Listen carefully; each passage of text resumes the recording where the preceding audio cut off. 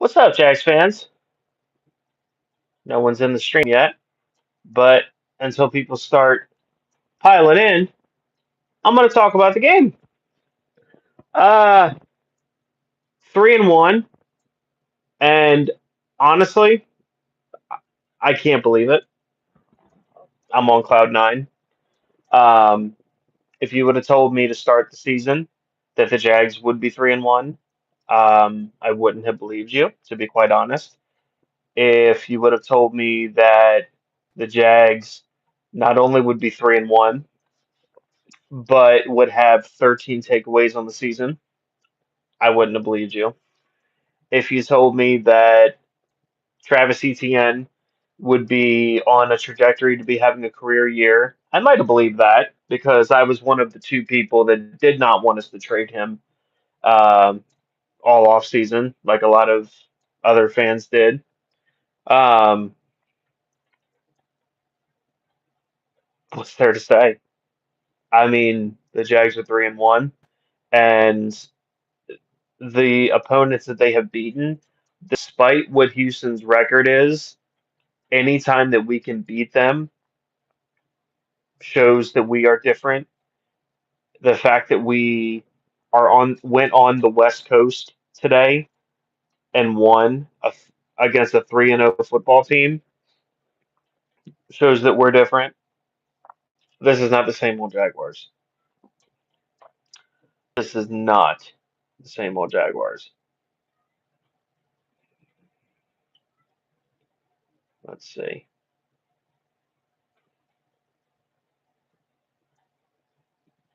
Hmm. Don't have anyone popping in yet. I probably should do these right after games instead of waiting a couple hours. Um, I'd probably get a lot more of an audience, but I'm just gonna sit here and chill with the cat, kind of wait for some people to come in. And if no one comes in, then I will delete the stream and it'll never see the light of day. But so now we talk about we have a Monday night game coming up, and I don't know how everyone else is looking at it, but I'm looking at it as we are playing with house money. Cam the man says hi. What's up? How's it going, Cam? Whoa, now we got 16 people in here. Jags fans, 3-1. Tell me how you're feeling in the comments. Pour on the love. Let me hear. Let me see the Duvals in the chats. Let me just haven't been 3-1 since 2018. Now that season the Jags did collapse, but got a funny feeling that's not going to happen this time. This is a different football team, you guys. Different football team. Good win against Houston.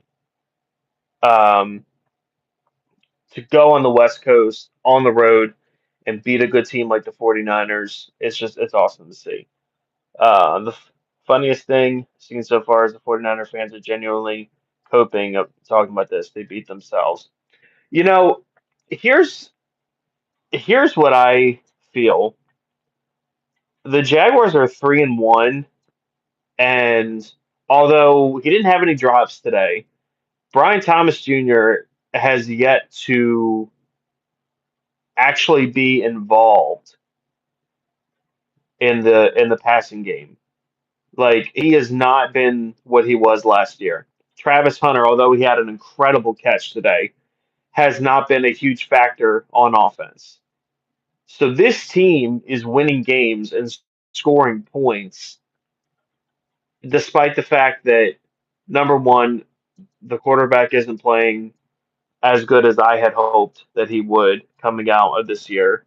And it's a lot of stuff with Trevor. It's I feel like his situational stuff is still questionable. Um, I He has not played up to my expectations so far this year. But despite all that, and the fact that we have to be one of the most penalized teams in the league. Um, the Jaguars still are 3-1. Am I going to sit here and predict that we beat Kansas City? No. Ask me on Thursday, Friday. Maybe I say differently. Get some time to like marinate it in my head, think about it. I'm taking this season 1 week at a time, one game at a time, and I'm enjoying this one as you should, as well as Jaguar fans. It's, I mean, what a time. What a time to be alive. What a time to be a fan of this team. I mean, I don't even think even the diest of diehard Jag fans saw this season coming. The way that it's been, the defense has been outstanding. The defense, I mean, I questioned a little bit when we brought in Jordan Lewis because I was like, well, Jerry and Jones is the slot corner, and not really sure how I feel about him playing outside and giving all this money to a slot corner when we have a guy who had a decent rookie year. Jordan Lewis has been fantastic, both on Twitter and on the field. The dude has been really good. And the safeties, I was the biggest one saying like Dewey will be benched by like October, like Dewey's just kind of like a placeholder. Safety position is night and day different in a good way than it was last year. Andre Cisco was such a liability, and Eric Murray and Wingard have both been outstanding. Um, the deep plays, the constant coverage bus that we saw last year with the Jags, not seeing that at all this year. I don't even know. I mean, I'd have to go back and look at the numbers from 2017, but I feel like even in 2017, this was not as much of like a ball hawking secondary as it has been just an opportunistic defense to like create turnovers. Um, the pressures. Josh Allen, I think technically he only has one sack or even half a sack on the year, but he is playing incredible football. He is in the backfield every other play, affecting the quarterback in some way, shape, or form. Trayvon Walker being hurt is a little bit of a concern. I'm hoping that it's something that he can just cast up, tape up, and he can go against Kansas City because you can tell, like, although the defense played well throughout the whole game, you can tell that the drop off between Trayvon Walker and Emmanuel Ogba, which is fine, but the difference with the way that James Gladstone has constructed this roster just in 1 year, the drop off from Trayvon Walker to Emmanuel Ogba, although it's big, last year, can you imagine if it was I can't even remember the guy's name, the seventh round pick that we threw out there, that who clearly wasn't ready, was I can't even remember the guy's name, or playing Eric Armstead out of position at defensive end. The drop off is not so significant that it's literally handicapping the entire defense. It's just it's amazing to see, and it's amazing to think that like the Jaguars have finally hit on competency. The Jaguars have finally hit on a head coach. The Jaguars have finally hit on coordinators. The Jaguars have finally hit on general manager, on people in the front office, Tony Baselli. The Jaguars have finally, after years. Now, am I sitting here and declaring Super Bowl or bust or anything crazy like that? No, of course not. But I definitely think good things are coming. I definitely think this is not something like the 2017 season where it was kind of like a one and done and a fall off. I think this is the best chance for long term stability, long term success that the Jaguars have had since Coughlin. Maybe a little bit of Jack Del Rio. Um, Jaguar Man says some team will love Coach Campbell today. Well, hopefully not anytime soon, because that guy has completely transformed the defense in such a short amount of time. It's absolutely insane. And again, it's awesome to see not only clearly he's a good coordinator, but the front office having the back of the coaching staff. And when that is in sync and that gels, you get 3-1. When you have Trent Baalke in position and you have someone like a Doug Peterson or an Urban Meyer or whoever who's just kind of there and along for the ride, and there's like power struggle friction, you get what we have witnessed for the last several years. Stability and long term success could actually be what the Jaguars are looking at right now. And it's just it's awesome. If you think about it, now if Nico Collins doesn't fumble, the Jaguars could have lost against Houston last week. But if you think about it, the Jaguars are one bogus pass interference call on Travis Hunter in week 2 away from being 4-0, which is completely insane to me and mind-boggling. This team is this team's legitimate. And if they're ever able to figure out Brian Thomas Jr., and if they're ever able to figure out and fit in Travis Hunter in this offense, and if De'Ami Brown comes back soon from injury, look out, man. Look out. And if Trevor Lawrence can get his situational football under check and stop forcing things and just stuff that frustrates me, and I've been the biggest Trevor Lawrence apologist, I've been the biggest Trevor Lawrence advocate, but he's it's still early in the season, and I know he's learning a new offense and everything, and there are things that I believe he can clean up, but my goodness, like there are just some things where I'm like, what are you doing? Like, what is going through your head in this moment? Um, and again, if the Jaguars were 1-3 instead of 3-1, it would be a serious talk of like, okay, like how do we get out of the contract? And that's something I never thought I'd say. But he has made enough plays to win, and the Jaguars are 3-1.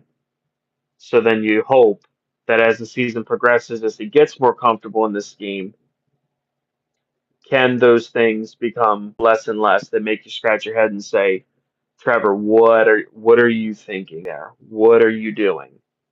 Not everything has to be a 50-yard touchdown. And sometimes, like, you just hit the open guy.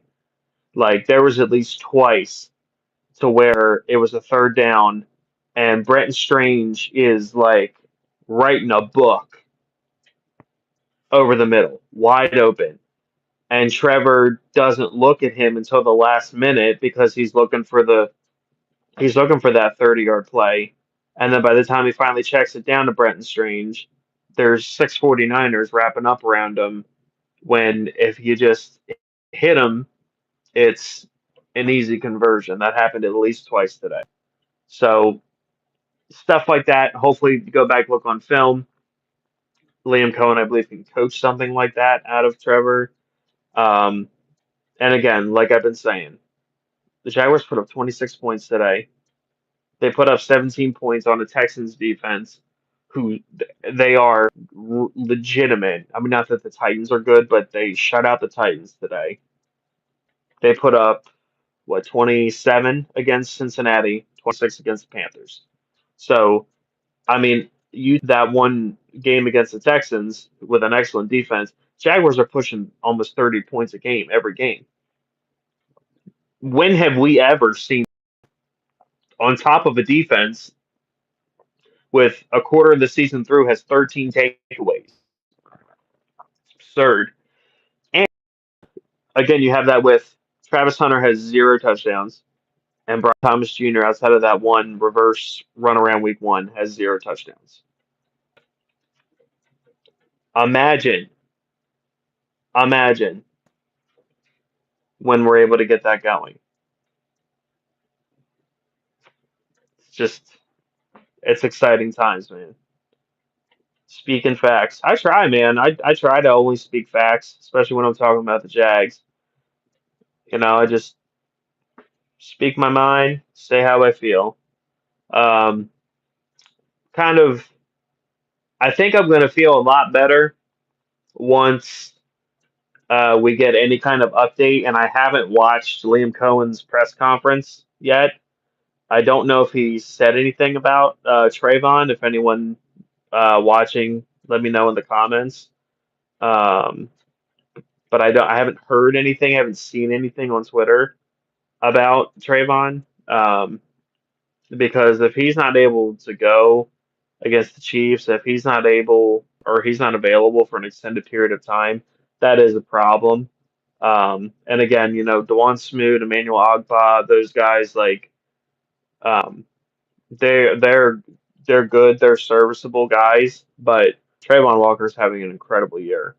Um, and you going up against Patrick Mahomes, you want you want a guy like him along with Josh Allen going up against that guy. So um, if I hear that Trayvon's good to go and there's no long term kind of effects, then I'll be much more confident going forward. Jags can beat the Chiefs, but we can't leave points on the table. Chiefs will kill you if you leave points laying around. Yeah, penalties for sure are my biggest concern with this team right now. And I just throw that in with everything I'm saying about Brian Thomas and Travis Hunter. Um, we are a very penalized team, and we're still winning. So again, if it's something we can get out of our system, we can get coached up. I will say the illegal shifts that just plagued like the first 2 weeks of the year have diminished. I don't. There may have been one today, but if not, then there were either not one or none today, which is a good thing. Um, but like the holdings and the different things, like it's if that's something that even the Jaguars are able to cut in half, and this is a team that's putting up high 20s, almost 30 points a game. Like, imagine if we can cut that in half, then you're looking at maybe the Jaguars can average low 30s a game. Even if those drives don't end in touchdowns, if they end in field goals instead of scoring an average of like 26 points a game, maybe it's even if it's only by another field goal 29, 32, 35, whatever. Um,